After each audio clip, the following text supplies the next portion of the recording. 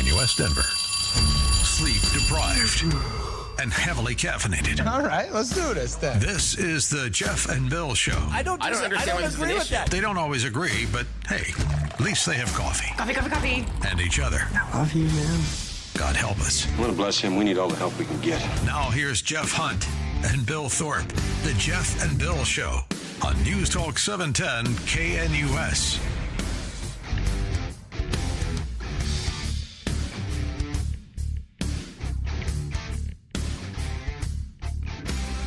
It is 7 a.m. in the Mile High City on this Tuesday, August 26, 2025. Good morning, Denver, Colorado. You've tuned in to the Jeff and Bill Show, News Talk 710 KNUS. I'm your co-host, Jeff Hunt, along with Bill Thorpe, bringing you the freshest insights, hottest takes from the right, left, and center. Coming up this hour, we're going to talk with a Minnesota State Representative who happens to be in town. Dawn Gillman is going to join us.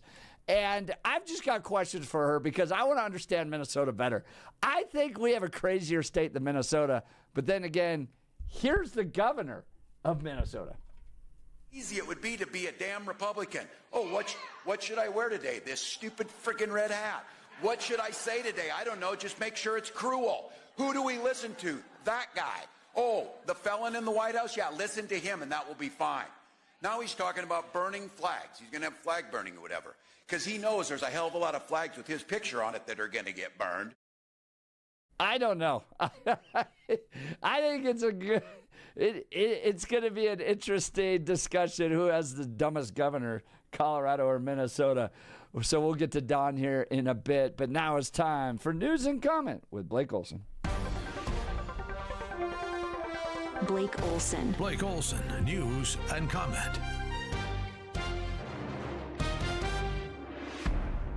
Hey, good morning. It is Tuesday, 59 and mostly cloudy in Denver, expecting a high of 76 today. This portion of the news sponsored by Pastor Camp Heating and Air Conditioning at 303-777-1234 to learn more about special savings opportunities on Lennox equipment.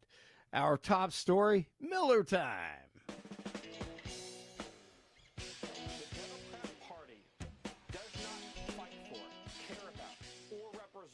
American citizens. It is an entity devoted exclusively to the defense of hardened criminals, gangbangers, and illegal alien killers and terrorists.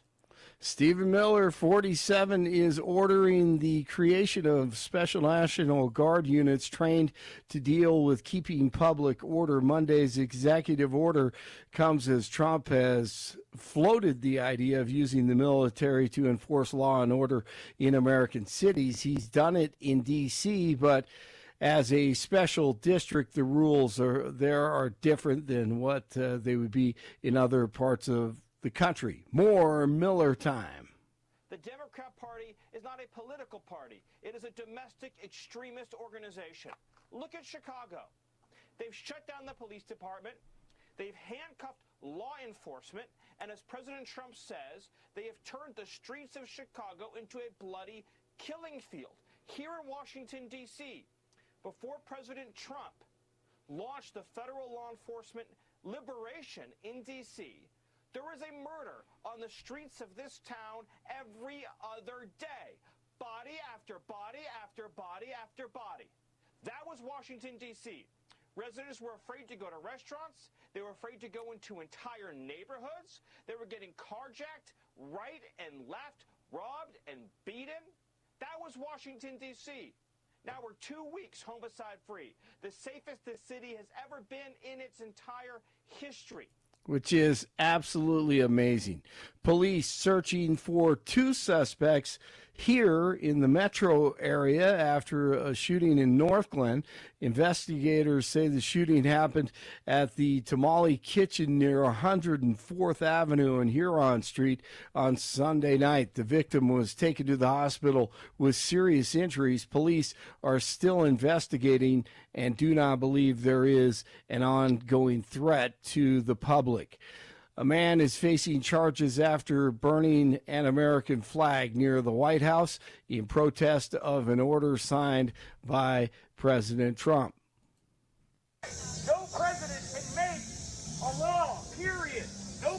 shall make a law infringing on First Amendment rights. I'm burning this flag as a protest to that illegal fascist president that sits in that house. The man said he was a combat veteran who was burning the flag in protest of the order for prosecuting of flag burning. Here's another question, guys. Why is burning something considered a form of protected speech? Yeah, I don't understand that either. I do not get that. It's confusing. I mean, there's lots of things I don't like. I don't like them on fire. That just seems like another level of, I don't know.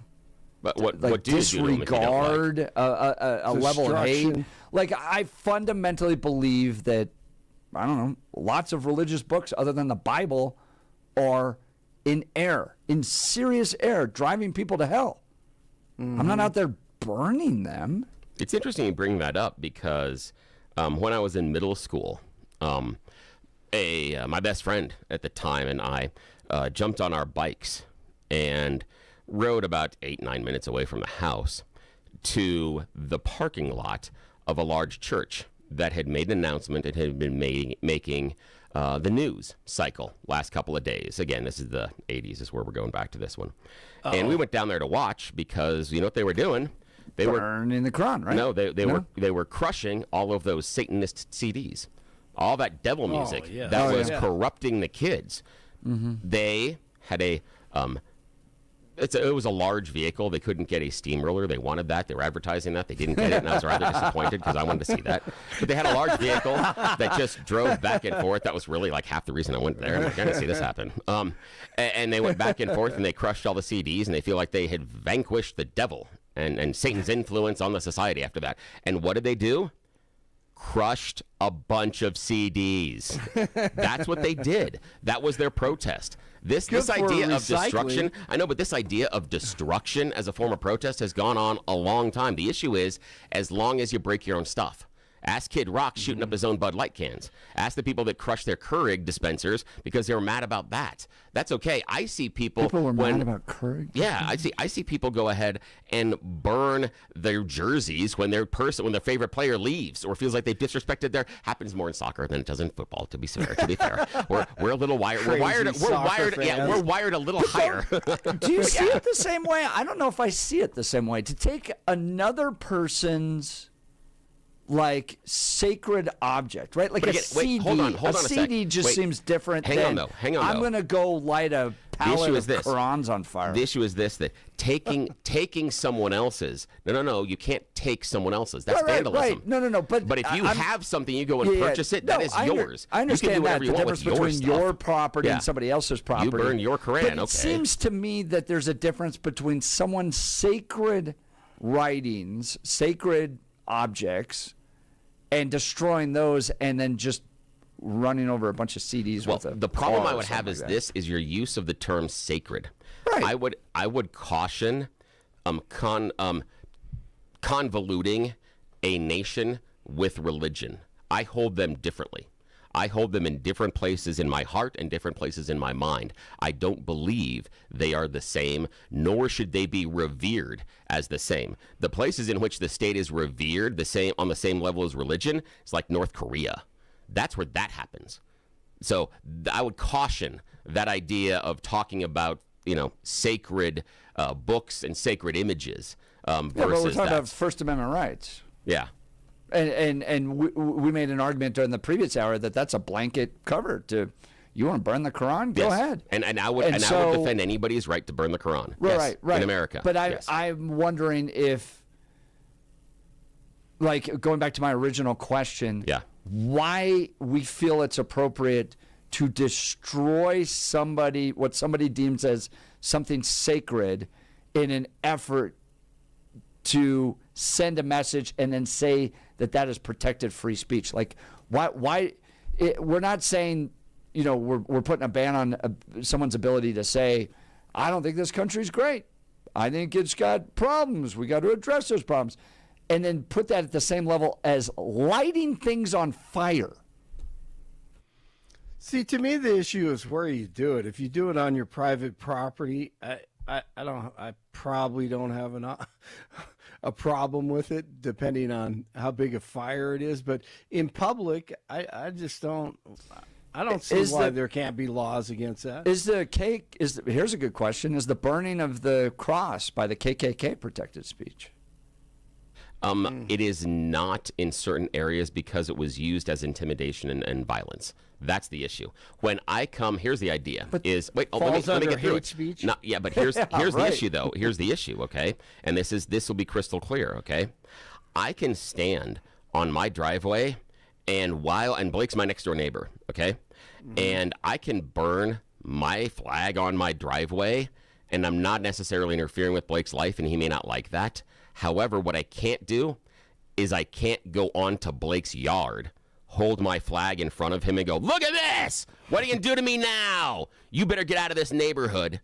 Now I'm using that symbol, one, on his property, two, as a form of intimidation. It's different when I'm burning my flag on my property or even my flag in the street versus me putting the flag on his property or the cross on his property and lighting it on fire. And that's what happened, is we would place crosses on people's property in front of their houses and light them on fire as intimidation. That's different, just like anything that I come and put in their yard. What if you did it in public? What if we marched down Colfax with a burning cross?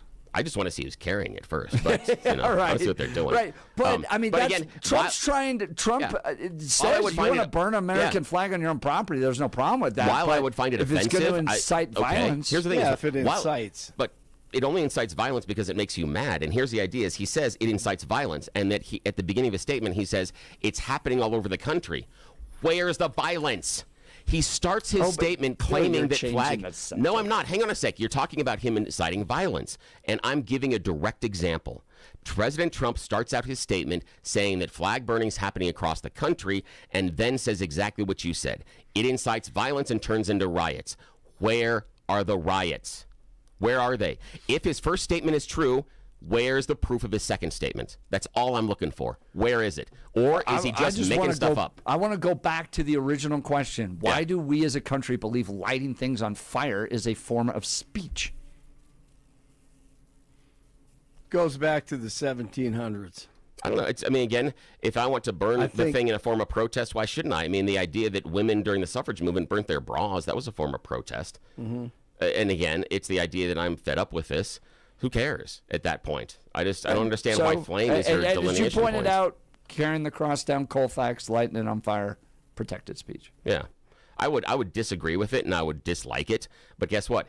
If I don't go down there, guess what happens? If I don't go down there, I don't get mad, I don't protest, guess what happens? It's a fart in an empty wood. No, if I don't pay attention to your anger and outrage and you lighting that on fire, if I do not give you the response you're looking for, you fail. That's the issue, is that every time you wrap yourself up and get so angry at this symbolism, you're playing into exactly what they want you to do. Well, I think the issue is what is legal and what's not. Yeah, it's totally legal. Well, according to the Supreme Court, at least for now. But we'll see, because, that's changed recently, some stuff. So we'll see what happens. But that'll be interesting to see if they really are about the foundational principles, and if they're constitutional originalists, this will be a tough one for them to twist. The idea that free speech then says we can't burn the flag. That'll be interesting. That'll be very interesting. I'll play you a few seconds of Del Way. I agree with him on this. I think anyone who burns an American flag, something ought to be done. What are you going to do? Here we go. Like the next time they want to do it, we ought to rap them in it and say, hey, burn this one. That's how we handle it. Okay, we have a few more stories here, and then I'll give it back to you guys. The GOP-led House Oversight Committee is issuing a new subpoena for documents from the estate of Jeffrey Epstein. The committee is moving ahead with its probe into Epstein with a request for his will, any documents resembling a client list, any black books containing Epstein's contacts, flight logs, and alleged book of birthday letters from Epstein. Israel says that it's investigating after it carried out a deadly double strike on a hospital in Gaza. Former peace negotiator Gershon Baskin says that Israel is facing growing international condemnation over the attack. All right, wrestler Psycho Stu is in stable but critical condition following an attack at a pro wrestling event in California. That's according to a health update provided by his brother. The wrestler, whose name is Stuart Smith, was beaten unconscious by Raja Jackson. And Billy can give us some more insight on this. The son of former UFC fighter Quentin Rampage Jackson. It happened during an independent wrestling event last Saturday night. Video shows Jackson slamming Smith to the mat, straddling him and punching him in the head and face, even while he was already knocked out. Yeah, this is atrocious. This is there's something really bad that happened here, and even Rampage Jackson Jr. is kind of, or whatever his name is, the kid of Rampage Jackson. Even Rampage has come out and said this is wrong. Said, I do not condone my son's overstepped the line. I hope the guy's okay. It's a professional wrestling match, and evidently the Rampage's son felt that he had been smacked in the head prior to the match. Now, there's something in the business called receipts, meaning if someone works too stiff with you or does something else outside the ring, you then take it out on the ring, and normally that's a tit for tat. Okay, you've hit me too stiff, I'm going to hit you too stiff. What happened was he's picking him up, and the move is, basically he's dropping him flat on his back onto the mat. Now, you do have to protect him when you're bringing him down, but the guy who's taking it also has to tuck his head. He didn't tuck his head. Back of his head hit the mat. He's knocked out. Okay? Now, the Rampage Jackson's son gets on top of him. So, again, he's mounting him like you would in a UFC fight and just starts hitting him in the head. Oh, and it is just boom, boom, boom. And it is 20 punches. And he's hitting them. And the thing for me is, one, how come nobody from outside the ring got in there sooner? That, you're not protecting him. Two, Rampage said that his son had suffered a concussion in recent weeks. Also, is not a fully trained professional wrestler and should not have been placed in this situation. All of which can be true, but it still does not discount his behavior. He went over the top. He got very physical. And in all honesty, what I was super disappointed in was that the other wrestlers that were there didn't come into the ring and also deliver their own receipts. Because you protect someone that beats up one of your own. I was disappointed in how the wrestlers acted more than he got out of control. But the length of time it took them to react, the length of time and how they restrained him was ridiculous. If you want to see something, this is on a side note, you want to see something that's somewhat funny, where we talk about somewhat as far as receipts, go outside, go onto YouTube and go search for when people from the crowd jump into a professional wrestling ring. Just search, because neither wrestler cares, and sometimes the one that goes hardest is the ref. The ref will punch you. Is that right? Yeah. So just, if you want to have some fun, to see, look at what happens. And what I didn't see in this situation was I didn't see that. That's what hurt me as far as the business. And everybody knows that I'm a pro wrestling fan. Yeah, this is atrocious. He way overstepped his bounds. And what I'm worried about is the guy in the ring that is injured, he's a vet. And he deals with PTSD. He deals with PTSD, and this is part of him getting better. This has been his path towards getting better. And now the place where he found his safe space, where he felt he could work out his anger but not really beat somebody up, ended up with him being beaten up, and he's in a hospital. So now they've destroyed his safe space. Yeah, the idea that was getting him better, where he was fighting the demons. Yeah, this is disgusting. Yeah, this ticks me off at another level. The video is atrocious. Yeah, it is. It's rough out there. It's tough to watch. 58 in Centennial, 57 in Westminster, 59 in Denver. Jeff and Billy continue. Blake Olson, News Talk 710 KNUS. Your KNUS forecast for the Denver metro area calls for perhaps a few showers early this morning. Otherwise, overall cloudy conditions with some fog. Temperatures mid and upper 50s. Mild, pleasant, cooler than average. Late August temps today through Thursday. Generally middle to a few upper 70s for highs. Upper 50s for lows. Daily showers and some thunderstorms. Weather is a service of L&L Heating and Air Conditioning. For quick, trustworthy, and dependable service, call L&L Heating and Air Conditioning at 720-851-1690. Visit them online at bestdenverhvac.com. That's bestdenverhvac.com. You'll be comfortable with L&L. I'm meteorologist Mark Huer in the 710 KNUS Weather Center.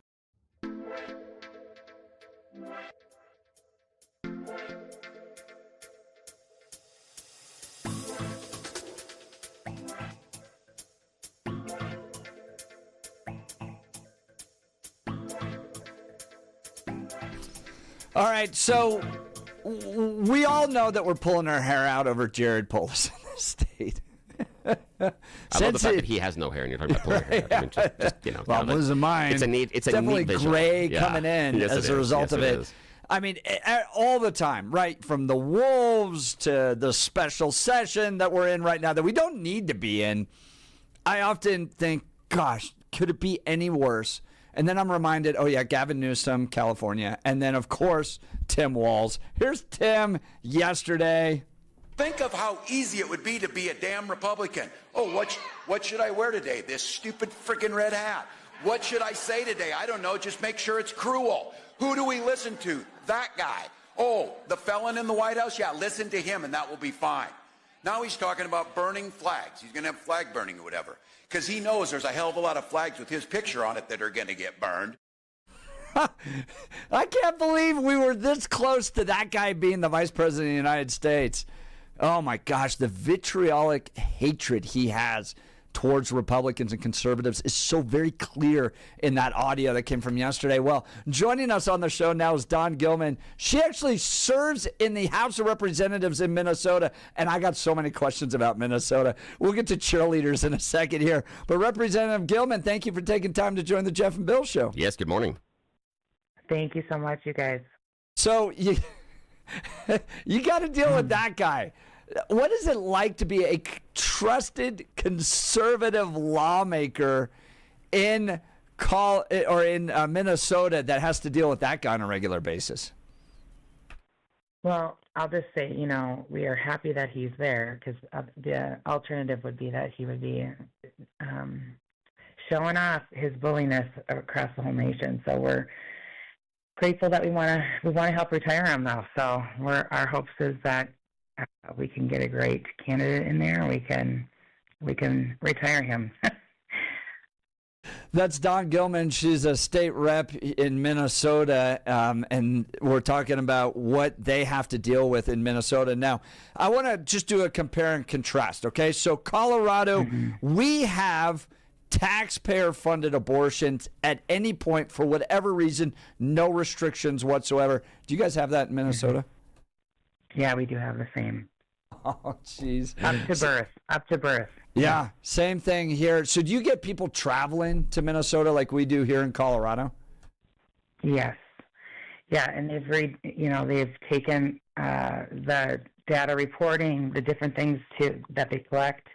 So we believe that we do definitely have quite a few coming in from out of state and poor trafficked young ladies that are being brought in, over and over and over again. So that was their House File 1 back when I first got into the legislature. That was their top priority, is that bill, and it was very, very disheartening.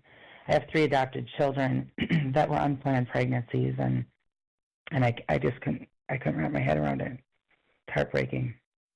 And we're facing a special session here in Colorado right now to fill a $1.2 billion budget shortfall. And one of the things they absolutely made sure to protect at all costs, above everything else, abortion. Taxpayer-funded abortion to the tune of $4 million going to Planned Parenthood, even in light of the fact that it was cut at the federal level, even in light of the fact we face a $1 billion budget shortfall. They're going to make sure that gets protected. Now, are you guys, what's the breakdown in Minnesota? For instance, in Colorado, there's not a single Democrat elected state or a single Republican elected statewide. It's all Democrats and near super majorities in the House and the Senate with Democrat leadership. Do you have any Republican control in the state of Minnesota? So this year we have, yes, we do have a tie in the House. A 67-67 tie. It has not happened in 50 years in Minnesota. So we stopped the trifecta, the Democrat trifecta, by turning out record numbers of voters, and we got a tie in the House. So we have a seat at the table this past year, and it's been very great. So we have, basically you'll have 2 chairs that are one Democrat, one Republican, and then co-chairs. So we are sharing every single committee. But for the first month, the Democrats did not show up to work. They got paid and they did not show up for the first 23 days of our session. And so because they were concerned that we would not seat one of their members. And so, yeah, it was a crazy start of this session, and we did go into a special session, and then we did have a horrendous, just a horrible, violent attack on our folks, and we lost one of our members and her husband, and yeah, it's been unbelievable this year. Yeah, that was shocking. The lawmakers that were targeted, killed, taking place in Minnesota. Tell us about what the response has been like in your community since then. What has the perpetrator talked about since he's been arrested? When's the trial going to be? Kind of give us an update on what happened there. Again, we just condemn any political violence. And what's been hard to see is that things have turned up. The rhetoric has turned up versus coming down. Our governor, prior to that happening, was demanding and asking the Democrats to be meaner. He's been just continuing his rhetoric around, Republicans and being fascists and all these horrendous things. And so, when this did happen, it's frightening. Like, you wake up in the morning and things have changed forever. So, what's happening now is just we've developed a system now where our whole legislature would be notified if there was any incidents. And I think across the nation, that's something that people should look at.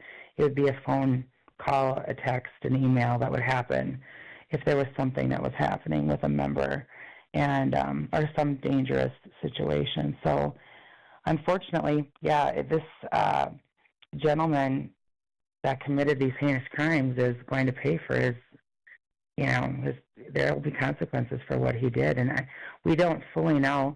Our local news, there was a confession letter, and only one news station reported it. The rest of them are not reporting what he wrote in that letter, thinking it was all bogus.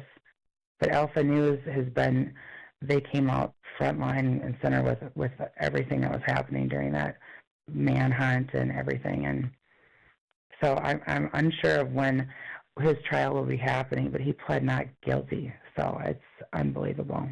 And I think, wasn't it originally reported that it had to do with abortion issues? Was that the case? Was that the truth in that shooting that took place of those two lawmakers?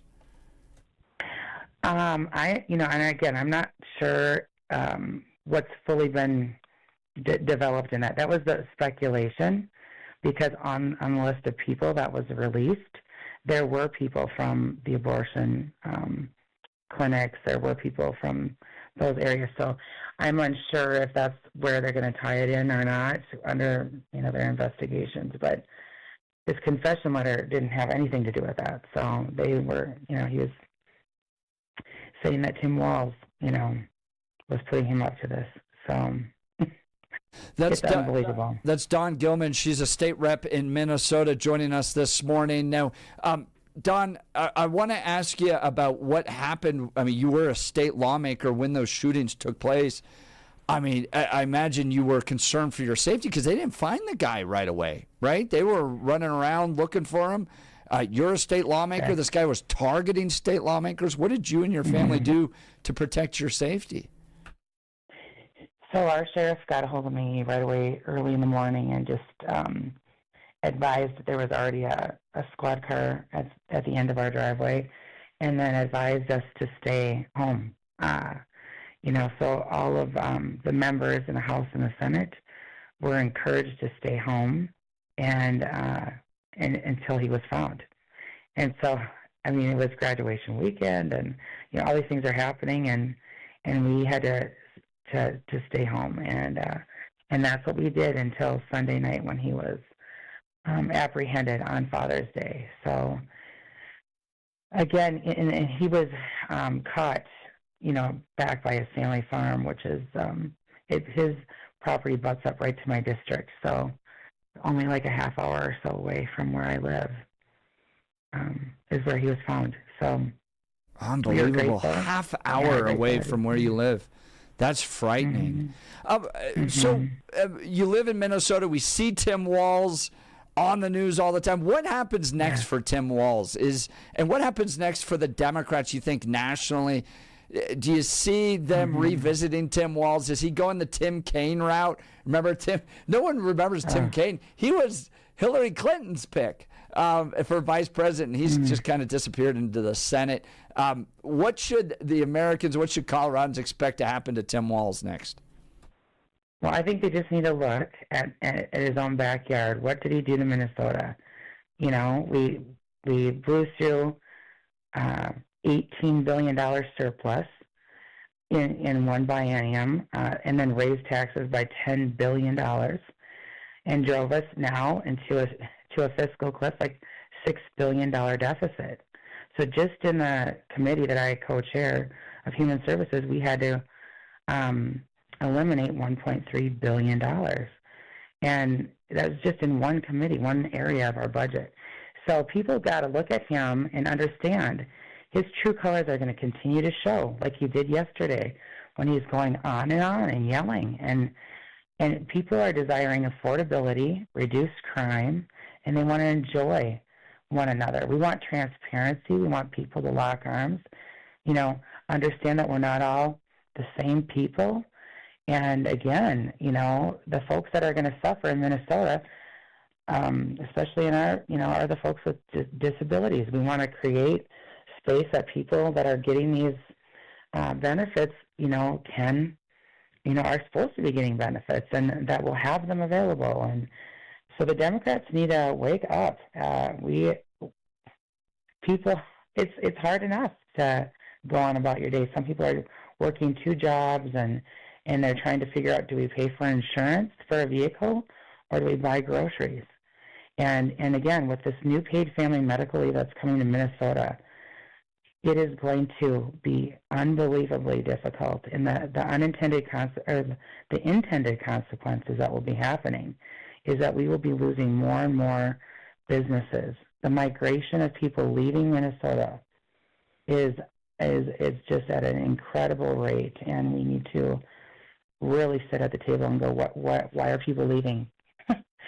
I mean, Representative, those are the exact same issues that we're facing here in Colorado, and that's why I wanted to have you on today, was for people to understand that when you have Democratic control, like we've seen with Jared Polis, Gavin Newsom, and Tim Walz, it's the same problems over and over and over again. Regulation goes up, businesses leave.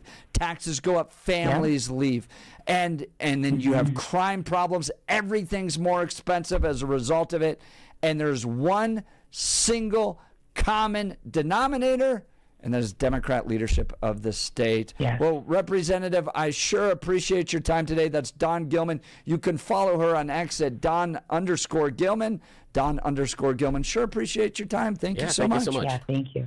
Yeah, thanks so much, guys. Have a great day. All right. Everyone always asks, what makes advanced hair restoration different? Allow me to share, and along with some details on, get this, their once-a-year summer savings event. Guys, we're about to run out on this one. You got like 5 days left. Okay, and you can feel the weather changing. So you got to take advantage of Advanced Hair's summer savings event. First off, Advanced Hair stands by the results, and their before and afters are second to none. With Advanced Hair, your own natural hair is guaranteed to grow. Secondly, Advanced Hair combines top-rated physicians with modern technology, creating a concierge-quality experience that's hard to find elsewhere. Lastly, Advanced Hair's Advanced FUE begins regrowing your own natural hair the very next day. It's quick, it's simple, and it's easy. Now, if you have a flexible schedule this summer and you've been waiting for that special summer savings opportunity, well, it's here. Advanced Hair Summer Savings Event will get you the most hair for your dollar. It's their best offer ever. For details and to schedule your free consultation, call 720-459-HAIR, 720-459-HAIR. One-day treatment, life-changing results. Your new hair, guaranteed to grow. Before and afters at advancedhair.com, advancedhair.com. All right, we'll continue. Coming up next, the Cracker Barrel controversy continues as they have responded. Is it good enough to turn this thing around? I don't think it ever will. I think at this point they are sunk because, well, I'll give you the reasons why next. You're listening to the Jeff and Bill Show. This is Denver's talk leader, News Talk 710 KNUS.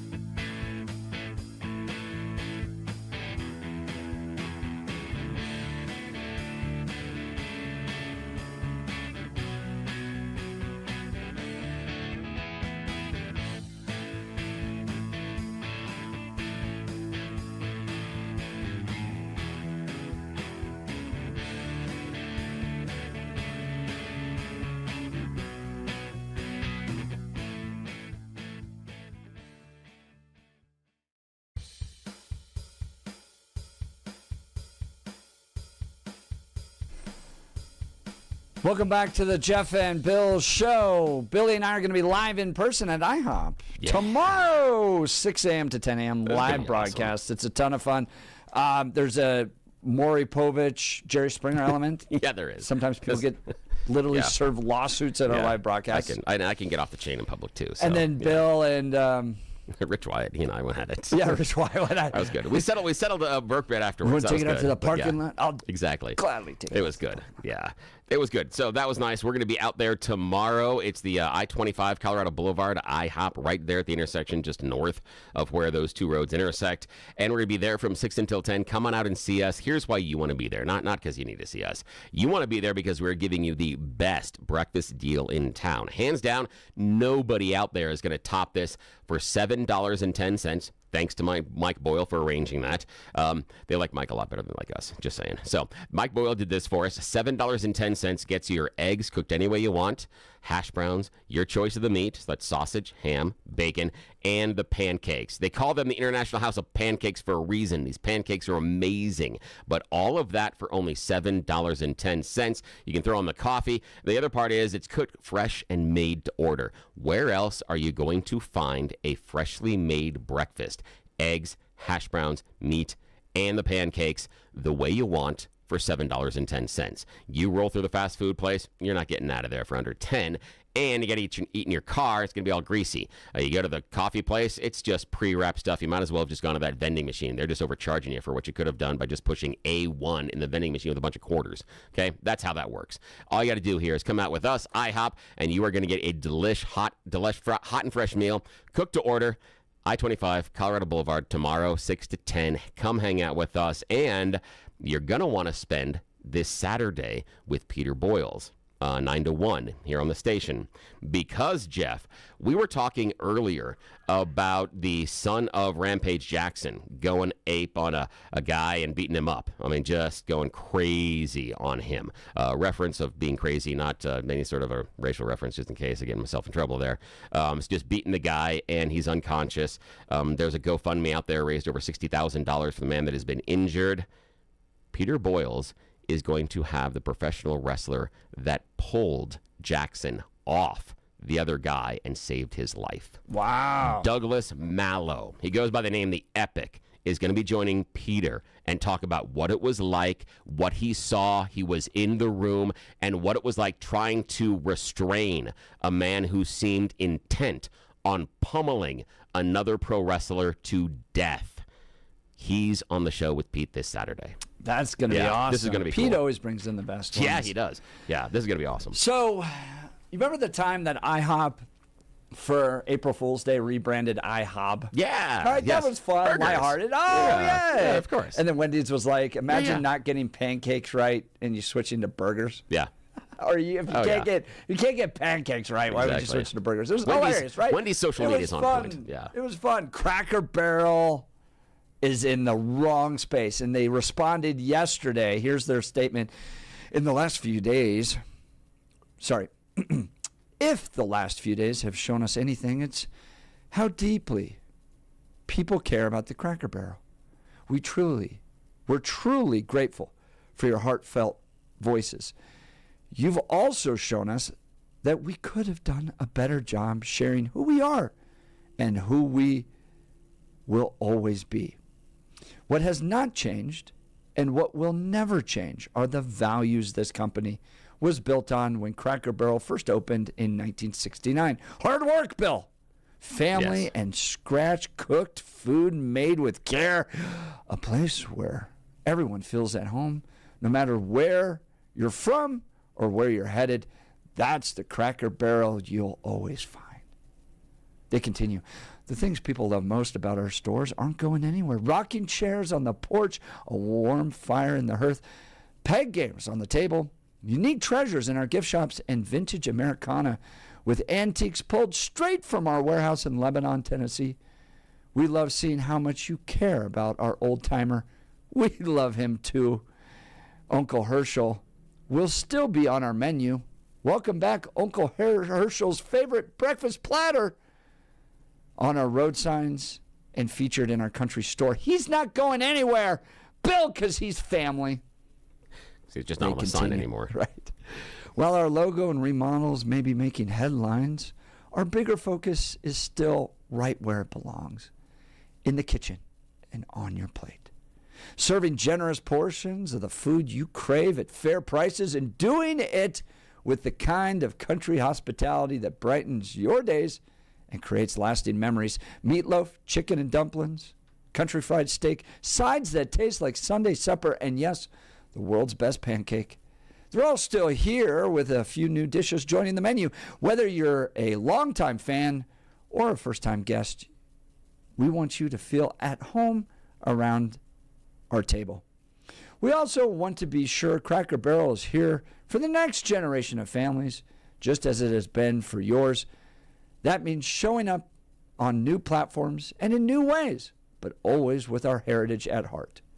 They finish, we take that responsibility very seriously. We know we won't always get everything right the first time, but we'll keep testing, learning, and listening to our guests and employees. At the end of the day, our promise is simple. You'll always find comfort, community, and country hospitality here at Cracker Barrel. Uncle Herschel wouldn't have wanted it any other way. Thank you for caring so much. Come see for yourself the country hospitality that makes Cracker Barrel feel like home. Love, Cracker Barrel. Man, I'm guessing my over-under on that one is 3 people. I think it took 3 people to write that, just based on... no way. Yeah, I think it's 3 people. 15. You think 15? Okay. 15! Okay, that went through so many hands. Yeah, okay. Now, I can see that. Okay, 15, I think you're right on that one. See, I'm thinking the original... Okay, here's the idea. Cracker Barrel, we know this happened. There was some sort of a meeting. Don't know if it was Zoom or in person or whatever it was. Like, yeah, we stepped in it. This is awful. So they kicked it to the copywriters first. And my guess is 3 copywriters. On that, just based on the voice, my guess is 3 copywriters. And then you're right. 15 people beyond that had to approve it. And there's all sorts of little tweaks. You're right. Inside of it where I don't like this. Change this. Move this around. That sentence doesn't matter. I don't move the sentence here. Whatever. Then Jim's going to sign off on it. Fine. Whatever. Just to do that. That happened. Yeah, absolutely right. 15 people. But my guess is the core is 3 copywriters, just based on how that was placed. The other part for me, okay, this is stupid. But again, I'm about being stupid sometimes. Pancake? It was singular? They're pancakes. Who eats one? When they come to my table, it's not one. World best pancake? Just the one? What happens to the rest? You know the what? rest suck? I read that wrong. It's pancakes. That was damn it. It's pancakes. That's what stuck. And again, here's the stupidness. That's what sticks out to my dumb brain. Like, yeah. One? No, that was my mistake. And I'm a little... You're a little under the weather. little wild today. All right, but here's the real point, okay? Yeah, all right, your target audience is a 75-year-old woman. Yeah, pretty much. Yeah. Okay? She listens to Fox News. Yeah. All she's heard is Cracker Barrel went woke and got rid of the white guy off the label. Yep. Okay? Do you think that message written there is going to penetrate the noise and get down to the 75-year-old core customer that thinks your company's gone woke? Do you think that changes anything in their world? No, not at all. No. No. What you need to do is hire someone like Chuck Norris to come in and go, I love the new Cracker Barrel. Yeah. You need to go straight at that pure demographic, hit it. You know, Kid Rock. You can bring Kid Rock in. Oh yeah, you could. Want. And here's and again, you've run an advertising agency and you get it. And what I appreciate is the idea of using the celebrity person to introduce the new Cracker Barrel. And you're right. It's an older audience, and they're not going to want change. Here's something that I thought was really genius that you did when you and I did a little field trip to McDonald's, is you were looking at the McDonald land and the retro Happy Meal and then comparing that imagery to how McDonald's is decorated. And you're like, look at the bright colors. Look at this. Nobody likes walking in and eating at McDonald's right now. Yep, and it looks like a gulag. It does. It looks like a prison. It looks like a great prison. My favorite was the McDonald's that we went to, had pictures of rocks on the wall. Not real rocks, not pictures of anything else, pictures of rocks that, okay, if you go to your friend's house and all over his house he has pictures of rocks, you're like, we got to talk. There's something here I'm not certain I know about you. Now, that's the genius here is that you saw, Jeff, is they should bring someone in to say, let me introduce you to the new Cracker Barrel. Now, when you walk in, things are going to look a little different. Yes, we've got new paint on the walls, new this, but it is the same menu you've loved for decades. We've done this. Oh, and check out these new menu items that you're going to want to, and your kids are going to love them. You know, they're going to like this and this and this. We're leaning it in so it can be the family experience you grew up with, but we're not changing anything. However, we are doing a little bit of a touch-up. And you do it the thing like, you've done touch-ups and a little bit of remodeling in your house when you've moved or you've done anything just like it. That's what we're doing. We're changing up a little bit, but it's still the same great place. And then you walk them through the idea that, see, yeah, the colors are still here. You know, Herschel's still here, but it's a little bit of a different look. And the menu's going to change a little bit, but here's the new stuff we got. Who was the diabetes dude?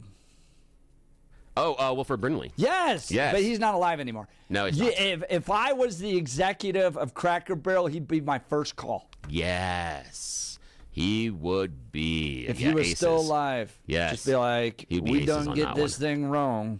And this is what we're going to do. Come on down to the Cracker Barrel. Oh, yeah. He would be fantastic at He that. would be great. Yeah. All right, we've got a lot to cover. You're listening to the Jeff and Bill Show. Better come see us at IHOP tomorrow. This is Denver's Talk Leader, News Talk 710 KNUS. I want pancakes.